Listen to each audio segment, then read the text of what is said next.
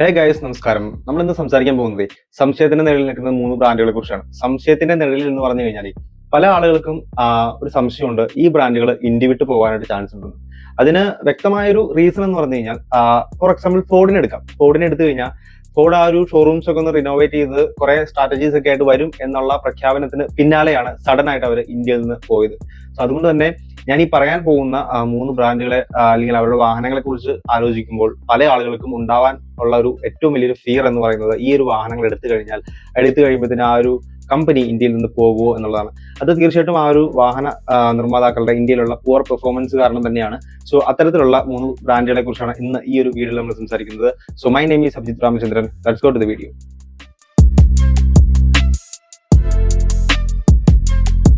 So അങ്ങനെയുള്ള ബ്രാൻഡുകൾ നോക്കി കഴിഞ്ഞാൽ ഫസ്റ്റ് ബ്രാൻഡാണ് ഹോണ്ട.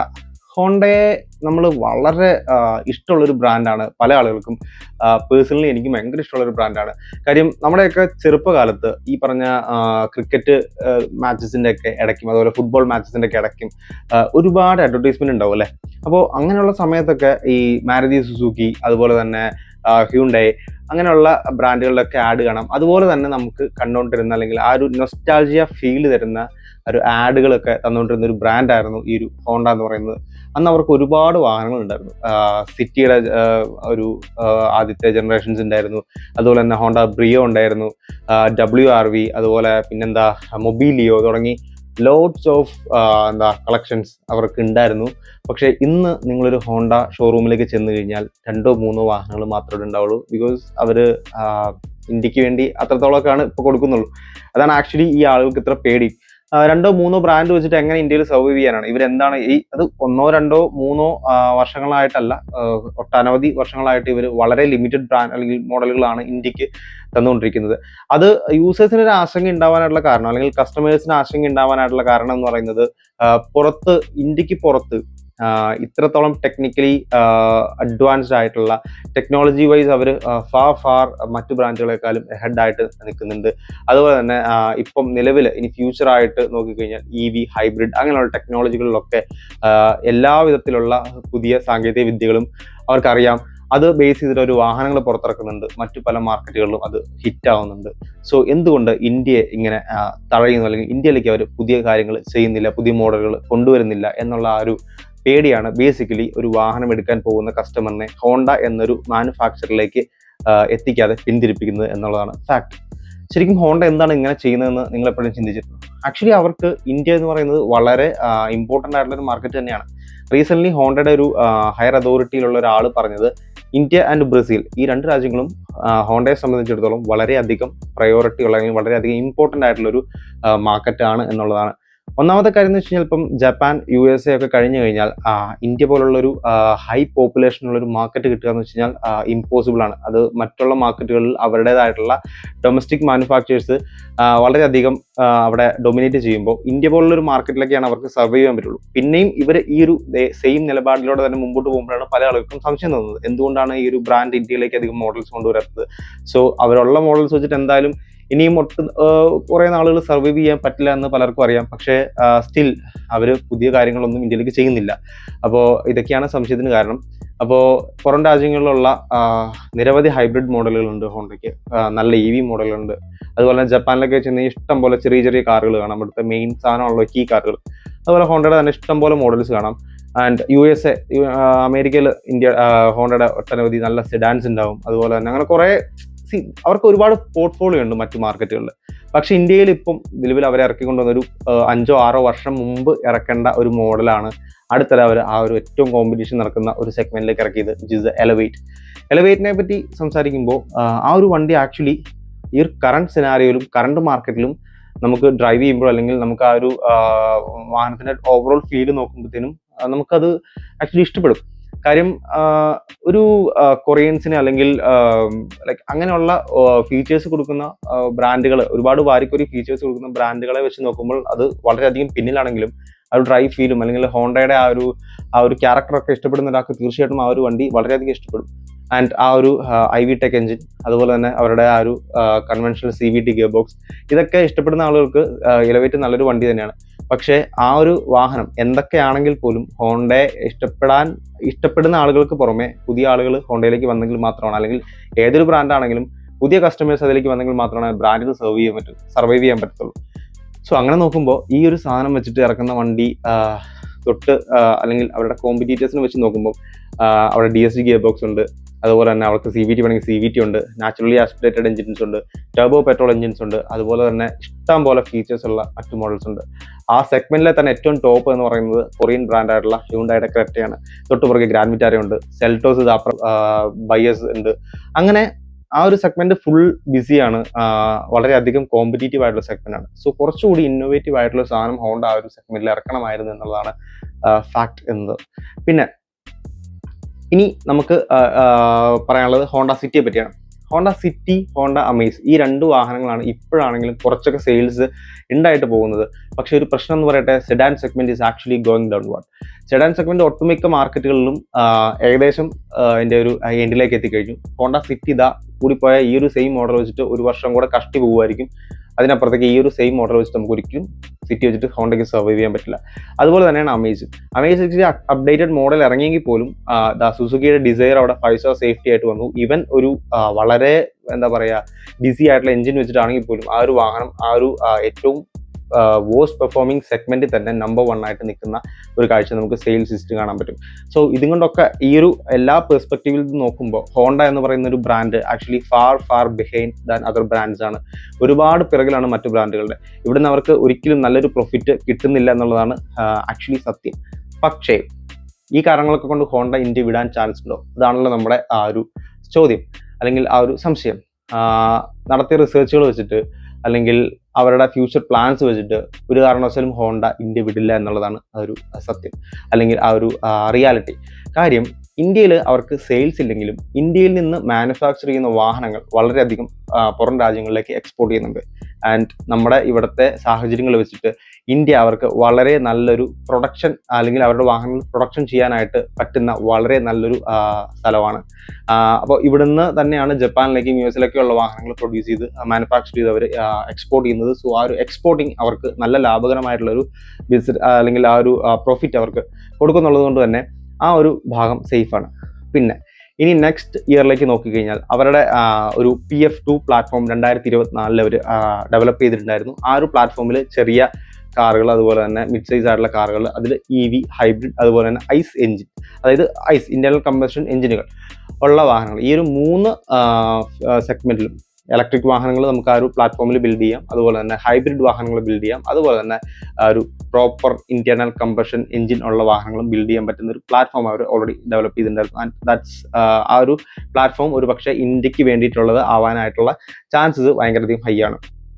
അതുപോലെ തന്നെ ഹോണ്ട സിറ്റിയുടെ പരിഷ്കരിച്ച പതിപ്പൊക്കെ ഉടനെ വരും. ആ ഒരു ഹോണ്ട സിറ്റിയിൽ തീർച്ചയായിട്ടും ഒരു ഹൈബ്രിഡ് ഓപ്ഷൻ അഫോർഡബിൾ ആയിട്ടുള്ള പ്രൈസിൽ ഉണ്ടാവും എന്നുള്ളത് ഉറപ്പാണ്. അതുപോലെ തന്നെ ഇപ്പം ഇറങ്ങിയത് ഇലവേറ്റിൽ അവർ ചെയ്ത ഏറ്റവും വലിയൊരു മണ്ടത്തരം എന്ന് വെച്ച് കഴിഞ്ഞാൽ, അവർക്ക് ഓൾറെഡി ആ ഒരു സിറ്റിയിൽ കൊടുത്തിരിക്കുന്ന ഹൈബ്രിഡ് ആ ഒരു എലവേറ്റിൽ കൊടുക്കാമായിരുന്നു. കാര്യം സിറ്റിയിൽ ഓൾറെഡി അവരൊരു ആ ഒരു സെയിം എഞ്ചിനിൽ ഹൈബ്രിഡ് ഓപ്ഷൻ കൊടുത്തിട്ടുണ്ട്. അതായത് സിറ്റിയുടെ 25 lakhs ഓൺറോഡ് വരുന്ന ഒരു മോഡൽ ഉണ്ട്. അധികം ആർക്കും വലിയ ഐഡിയ ഉണ്ടാവില്ല.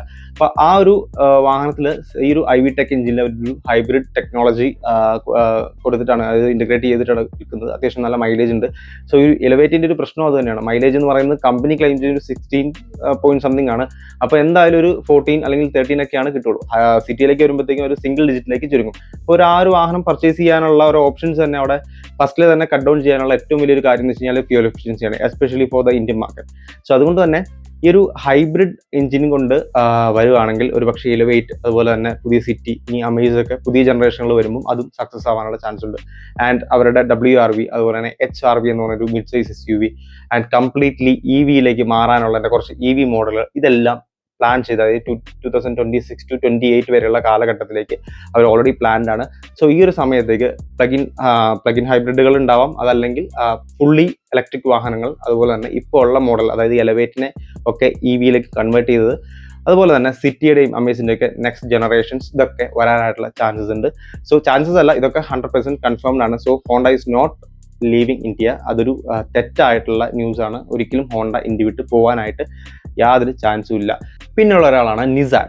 നിസാനെ സംബന്ധിച്ചിടത്തോളം നമ്മൾ സമ്മതിച്ച് കൊടുത്തേ പറ്റുള്ളൂ കേട്ടോ. കാരണം ഒറ്റ മോഡൽ വെച്ചാണ് ഈ ഒരു കുറച്ച് നാളായിട്ട് ഇവന്മാർ സർവൈവ് ചെയ്ത് വരുന്നത്, which is A Magnite. Magnite actually ഒരു വളരെ നല്ല വണ്ടിയൊന്നുമല്ല. ആക്ച്വലി ആ ഒരു പ്രൈസ് സെഗ്മെന്റിൽ കൊടുക്കാൻ പറ്റുന്ന നല്ല കുറച്ച് ഫീച്ചേഴ്സ് ഉള്ള നല്ലൊരു എഞ്ചിനുള്ള ഒരു വണ്ടിയാണ്. കൊടുക്കേണ്ട സാധനം ആ ഒരു ഇതിൽ ഇപ്പൊ പുതിയൊരു മോഡൽ വന്നു, ആ ഒരു കൊടുക്കേണ്ട സാധനം കുറച്ചുകൂടി ഇമ്പ്രൂവ്ഡ് ആയിട്ട് കൊടുത്തപ്പോൾ ഇപ്പം നിലവിൽ ഇഷ്ടം പോലെ മാഗ്നൈറ്റുകൾ റോഡിൽ ഇറങ്ങുന്നത് കാണാം. ഇതിന് മുമ്പാണെങ്കിൽ അതിന്റെ ആ ഒരു ഗിയർ ബോക്സ്, അതുപോലെ തന്നെ സസ്പെൻഷൻ ആൻഡ് നോയിസ് ക്യാൻസലേഷൻ, ഇതൊക്കെ ഭയങ്കരമായിട്ട് നോയിസ് ഇൻസുലേഷൻ ഒക്കെ ഭയങ്കര പ്രശ്നമുണ്ടെന്ന് പറഞ്ഞ പല ആളുകൾക്കും കംപ്ലൈൻസ് ഉണ്ടായിരുന്നു.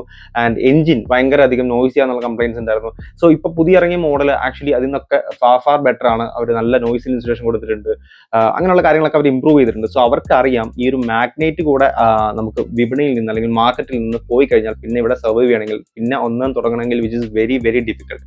അപ്പൊ അതുകൊണ്ട് തന്നെ മാഗ്നൈറ്റിന് ഏറ്റവും പുതിയ ആ ഒരു വേർഷൻ അത്യാവശ്യം നന്നായിട്ട് സെയിൽ ആവുന്നുണ്ട്. പലരും ആക്ച്വലി സംശയിക്കുന്ന ഒരു കാര്യമാണ്, എന്താണ് ഇവർ ഈ മോഡലുകൾ ഇന്ത്യയിൽ കൊണ്ടുവരുന്നത്. പണ്ട് മൈക്രയും സണ്ണിയും ഒക്കെ ഉണ്ടായിരുന്ന ഒരു സമയത്ത് നിസാന്റെ വണ്ടികൾ അത്യാവശ്യം നന്നായിട്ട് റോഡിലുണ്ടായിരുന്നു. മൈക്രയൊക്കെ എന്നൊക്കെ പറഞ്ഞാൽ ഒരുപാട് ആളുകൾ പർച്ചേസ് ചെയ്തിട്ടുള്ള വണ്ടിയാണ്. അതിന്റെ ഡീസലൊക്കെ ആക്ച്വലി വളരെ ഫൺ ടു ഡ്രൈവ് ആണ്. ആ ഒരു ജാപ്പനീസ് റിലയബിലിറ്റി ഉണ്ട്, ആ ഒരു ജാപ്പനീസ് ക്യാരക്ടർ ഉള്ള വണ്ടിയാണ്.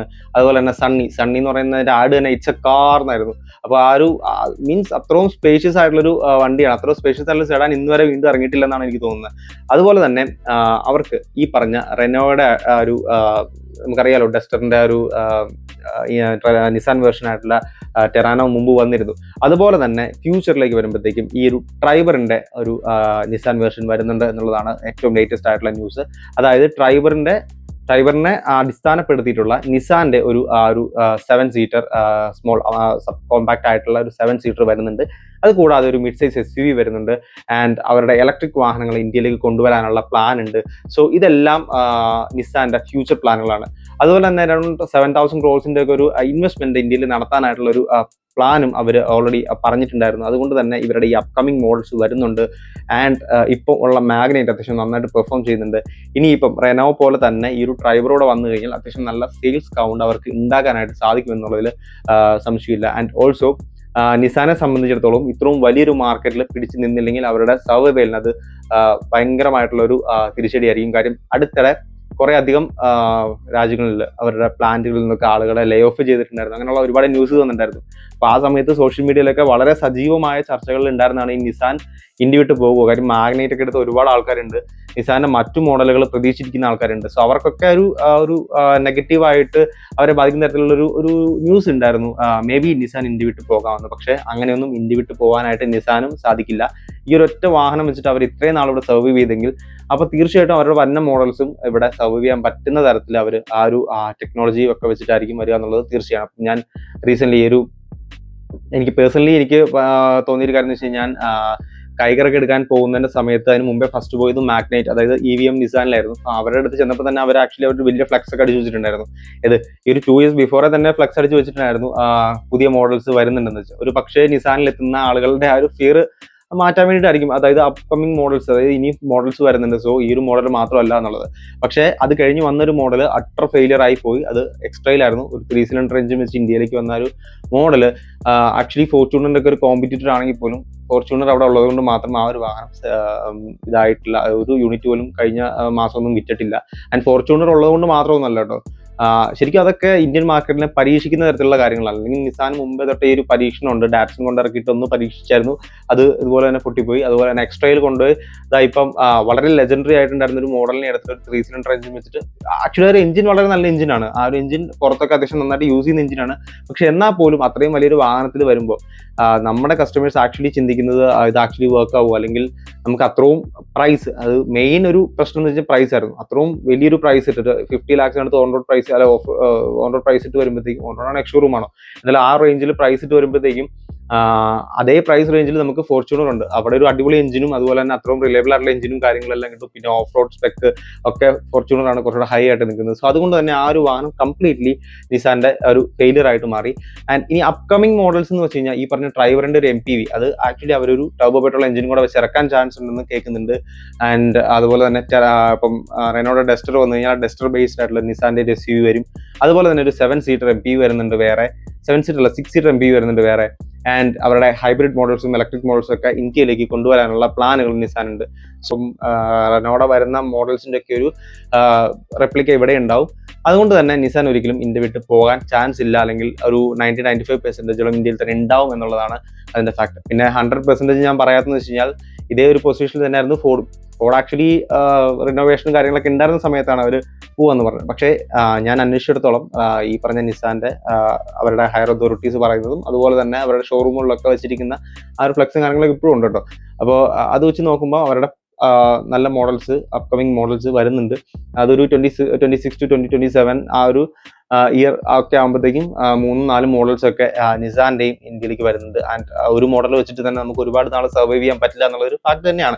അപ്പോൾ അതുകൊണ്ട് തന്നെ അവരുടെ പുതിയ മോഡലുകൾ വരുന്നുണ്ട്. സോ നിസാൻ വാഹനങ്ങളുള്ള ആളുകളും നിസാൻ വാഹനങ്ങൾ എടുക്കാൻ, അതായത് വാഹനങ്ങൾ അല്ല, നിസാൻ വാഹനം മാഗ്നറ്റ് മാത്രമാണ് ഇപ്പം അവർക്ക് ആ ഒരു ടോപ്പ് സെല്ലിംഗ് പൊസിഷനുള്ളൂ. ആ ഒരു വാഹനം എടുക്കാനും പ്ലാൻ ചെയ്യുന്ന ഒരാളാണ് നിങ്ങളെങ്കിൽ ഒരിക്കലും ഭയപ്പെടേണ്ട ആവശ്യമില്ല. നിസാൻ അങ്ങനെയൊന്നും ഇന്ത്യ വിട്ട് പോകില്ല. Next is Citroen. സിട്രനെ സംബന്ധിച്ചിടത്തോളം അവരുടെ ഒരു സ്ട്രാറ്റജി ശരിക്കും ആർക്കും മനസ്സിലായിട്ടില്ല. സിട്രൺ വരുന്നത് സ്റ്റെലാൻഡിസ് ഗ്രൂപ്പിന്റെ അണ്ടറിലാണ്. സ്റ്റെലാൻഡിസിന്റെ തന്നെയാണ് ജീപ്പ്, നമ്മുടെ ജീപ്പ് കോമ്പസ് ഒക്കെ വരുന്ന ജീപ്പ് എന്ന് പറഞ്ഞ ഒരു കമ്പനി. ആൻഡ് ജീപ്പും കുറേ നാളായിട്ട് ഇവിടെ ഉണ്ട്. കോമ്പസ് അല്ലാതെ റാംഗ്ലർ ഇറങ്ങുന്നുണ്ട്, പക്ഷെ കോമ്പസ് ആണ് അവരുടെ മെയിൻ ആ ഒരു സെല്ലിംഗ് കാർ എന്ന് പറയുന്നത്. ആ ഒരു വണ്ടി എനിക്ക് തോന്നുന്നു ഈ സെയിൽസ് ചാർട്ടിലൊക്കെ ഏറ്റവും താഴെയുള്ള 2-3 ബ്രാൻഡുകളിലൊന്നാണ് ഈ പറഞ്ഞ ജീപ്പ്. എന്നിട്ട് അവർ സ്റ്റിക്ക് ഓൺ ചെയ്തുകൊണ്ട് നിൽക്കുന്നുണ്ട്. ആൻഡ് സിട്രണിലേക്ക് വന്നു കഴിഞ്ഞാൽ സിട്രണ് പറ്റിപ്പോയത് ഫസ്റ്റ് വളരെ മോശമായിട്ടുള്ള തരത്തിലുള്ള വാഹനങ്ങൾ ഇറക്കുക, ദെൻ അതിൻ്റെ പിന്നെ അത് കസ്റ്റമേഴ്സ് അത് വേണ്ടാന്ന് പറഞ്ഞ ആ ഒരു ബ്രാൻഡിന്റെ ഇനീഷ്യൽ ഇംപ്രഷൻ തന്നെ വളരെ ബാഡായി കഴിയുമ്പോൾ വണ്ടി എടുത്തിട്ട് കുറച്ചുകൂടെ ഇമ്പ്രൂവ് ചെയ്തിറക്കുക. ആൻഡ് ഫൈനലി അവർ പുതിയൊരു സ്ട്രാറ്റജി ഇൻട്രൊഡ്യൂസ് ചെയ്തിട്ടുണ്ട്. 2.0 എന്നൊരു സ്ട്രാറ്റജി ഇൻട്രൊഡ്യൂസ് ചെയ്തിട്ടുണ്ട്. അപ്പം ഈ നടത്തിയ ഇംപ്രൂവ്മെന്റ്സ് ഒന്നും പോരാ എന്നുള്ള, അല്ലെങ്കിൽ ആ രീതിക്ക് കസ്റ്റമേഴ്സ് റെസ്പോണ്ട് ചെയ്തപ്പം ഇതാ ഒരു പുതിയൊരു സ്ട്രാറ്റജി ആയിട്ട് വന്നിട്ടുണ്ട് 2.0 എന്നുള്ള. അതിൽ ഒരു C3, അതായത് അവരുടെ ഏറ്റവും എൻട്രി ലെവൽ വാഹനമായിട്ടുള്ള ആ ഒരു ഹാച്ച് ബാഗ് ആയിട്ടുള്ള C3X എന്ന് പറയുന്ന മോഡൽ ഇറക്കി. ആ ഒരു മോഡലിൽ അവർ എന്താണോ അന്ന് മിസ് ചെയ്ത ബേസിക് ഫീച്ചേഴ്സ് അതെല്ലാം കൊടുത്തിട്ടുണ്ട്. ആൻഡ് ഇത് അന്നേ ചെയ്തായിരുന്നെങ്കിൽ കുറച്ചുകൂടെ നല്ല രീതിക്ക് അവർക്ക് മാർക്കറ്റിൽ പെർഫോം ചെയ്യായിരുന്നു. പക്ഷെ എന്തുകൊണ്ട് അന്ന് ചെയ്തില്ല? First impression is the best impression എന്നുള്ള കാര്യത്തിൽ സിട്രനെ സംബന്ധിച്ചിടത്തോളം നേരെ തിരിച്ചാണ്. അത് ഫസ്റ്റ് ഇംപ്രഷൻ തന്നെ കൊണ്ട് കളഞ്ഞിട്ട് ലാസ്റ്റ് ആയിരിക്കും അവർ ആ ഒരു ഇംപ്രഷൻ ഉണ്ടാക്കിയെടുക്കുക. അതുകൊണ്ട് തന്നെ സിട്രന്റെ കാര്യത്തിൽ ശരിക്കും ഒരു അനിശ്ചിതത്വം ഉണ്ട്. പക്ഷേ നമ്മൾ ജീപ്പൊക്കെ പോലുള്ള ബ്രാൻഡുകൾ കമ്പയർ ചെയ്യുമ്പോൾ സ്റ്റെലാൻഡിസിന്റെ മറ്റ് രാജ്യങ്ങളിലുള്ള ഒരു പെർഫോമൻസും കുറച്ചൊക്കെ ശോകമായിട്ടാണ് വരുന്നത്. പക്ഷെ എന്നാൽ പോലും ഇന്ത്യ വിടാനായിട്ടുള്ള തീരുമാനം അവർ എടുത്തു കഴിഞ്ഞാൽ അത് അവർക്ക് വളരെ വലിയൊരു തിരിച്ചടിയായിരിക്കും. കാരണം ഇത്രയും വലിയൊരു മാർക്കറ്റിൽ നിന്ന് പോകാനായിട്ടുള്ള ചാൻസ്, അല്ലെങ്കിൽ ആ ഒരു തീരുമാനം അവരെ മറ്റു മാർക്കറ്റുകളിലെ ആ ഒരു ലോസും കാര്യങ്ങളെല്ലാം ഉള്ളത് കൊണ്ട് തന്നെ നമുക്ക് ആ ഒരു തീരുമാനം അവരെടുക്കില്ല എന്നുള്ളതാണ്, അല്ലെങ്കിൽ അങ്ങനെ ഒരു തീരുമാനം ഉണ്ടാവില്ല എന്നുള്ളതാണ് ഇപ്പം നിലവിലുള്ള റിപ്പോർട്ടുകൾ. ആൻഡ് അവർ പുതിയ ഒരു സ്ട്രാറ്റജി ഉള്ള വാഹനങ്ങളുടെ അപ്ഡേറ്റഡ് ആയിട്ടുള്ള ഒരു റേഞ്ച് ഇപ്പോൾ കൊണ്ടുവരുന്നുണ്ട്. അതാണ് ആ ഒരു പുതിയ സ്ട്രാറ്റജി 2.0 എന്ന് പറഞ്ഞിട്ട് ഇറക്കുന്നത്. ആൻഡ് നമ്മുടെ MSD തലയൊക്കെയാണ് ബ്രാൻഡിന്റെ ഹെഡായിട്ട് അല്ലെങ്കിൽ ബ്രാൻഡ് അംബാസിഡർ ആയിട്ട് വരുന്നത്. ആൻഡ് ഈ ഒരു C3Xൽ അവർ കൊണ്ടുവന്നിരിക്കുന്ന അപ്ഡേറ്റഡ് ഫീച്ചേഴ്സ് എന്ന് വെച്ച് കഴിഞ്ഞാൽ ഒരു ക്രൂസ് കൺട്രോൾ കൊണ്ടുവന്നിട്ടുണ്ട്. അതുപോലെ തന്നെ അത്യാവശ്യം നല്ലൊരു ഓട്ടോമാറ്റിക് ഗിയർ ബോക്സ് അത് മുമ്പേ വന്നിട്ടുണ്ടായിരുന്നു. ആൻഡ് പിന്നെന്താ 360 ഡിഗ്രി ക്യാം വന്നിട്ടില്ലെന്നു. പക്ഷെ അതൊക്കെ 360 ഡിഗ്രി ക്യാം ഒന്നും ഇല്ലെങ്കിൽ പോലും അത്യാവശ്യം വേണ്ട പുഷ് ബട്ടൺ സ്റ്റാർട്ട് വന്നിട്ടുണ്ട്. ആൻഡ് അൺഫോർച്ചുനേറ്റ്ലി ഒരു സമയത്ത് ഇത് സേഫ്റ്റി, നമുക്ക് ഇന്ത്യൻ മാർക്കറ്റിൽ അറിയാലോ സേഫ്റ്റി റേറ്റിംഗിന് എത്രത്തോളം ഇമ്പോർട്ടൻസ് ഉണ്ടെന്ന്. ആൻഡ് ഈ കഴിഞ്ഞ ഇടയ്ക്ക് നടത്തിയ ഒരു സേഫ്റ്റി റേറ്റിംഗ് BNCAP ആണോ ഗ്ലോബൽ NCAP ആണോ ഏതിലോ ഒരെണ്ണത്തിൽ ഈ ഒരു സിട്രന്റെ ഒരു വാഹനം, എനിക്ക് C3 ആണെന്ന് തോന്നുന്നു, ആക്ച്വലി വളരെ ചെറിയൊരു സ്കോറാണ് നേടിയത്. സോ അതുകൊണ്ട് തന്നെ ആൾക്കാർക്ക് സേഫ്റ്റി വൈസും ഈ ഒരു വണ്ടി വളരെ പുവർ ആണ് എന്നുള്ളൊരു കൺസെപ്റ്റ് ആൾക്കാർക്ക് വന്നു. അതുകൊണ്ട് തന്നെ സിട്രനെ സംബന്ധിച്ചിടത്തോളം ഇന്ത്യൻ മാർക്കറ്റിൽ സർവൈവ് ചെയ്യുന്നത് വളരെ ദുഷ്കരമായി എന്നതായിരുന്നു ഫാക്ട്. ദെൻ അത് കഴിഞ്ഞ് അവരിതാ ഇപ്പോൾ പുതിയൊരു സ്ട്രാറ്റജി രൂപീകരിച്ചിട്ടുണ്ട്. അപ്പോൾ അതിൻ്റെ അണ്ടറിൽ എല്ലാ വാഹനങ്ങളിലെയും ഒരു അപ്ഡേറ്റഡ് പതിപ്പ് ഉണ്ടാവും. അത് C3 തൊട്ട് C3 എയർ ക്രോസ്, ദെൻ നമ്മുടെ ബസാൾട്ട് എന്ന് പറഞ്ഞിട്ട് കൂപ്പ SUV, ആൻഡ് C5ന്റെ ഒക്കെ അപ്ഡേറ്റഡ് മോഡൽസ് വരും. ആൻഡ് പുറത്തെ മാർക്കറ്റുകളിൽ ഇവർക്ക് ആക്ച്വലി EVയും ഹൈബ്രിഡ്സ് ഒക്കെ ഉണ്ട്. അതും കൂടെ ഇങ്ങോട്ട് കൊണ്ടുവന്നു കഴിഞ്ഞാൽ കുറച്ചുകൂടി ബെറ്റർ ആയിരിക്കും.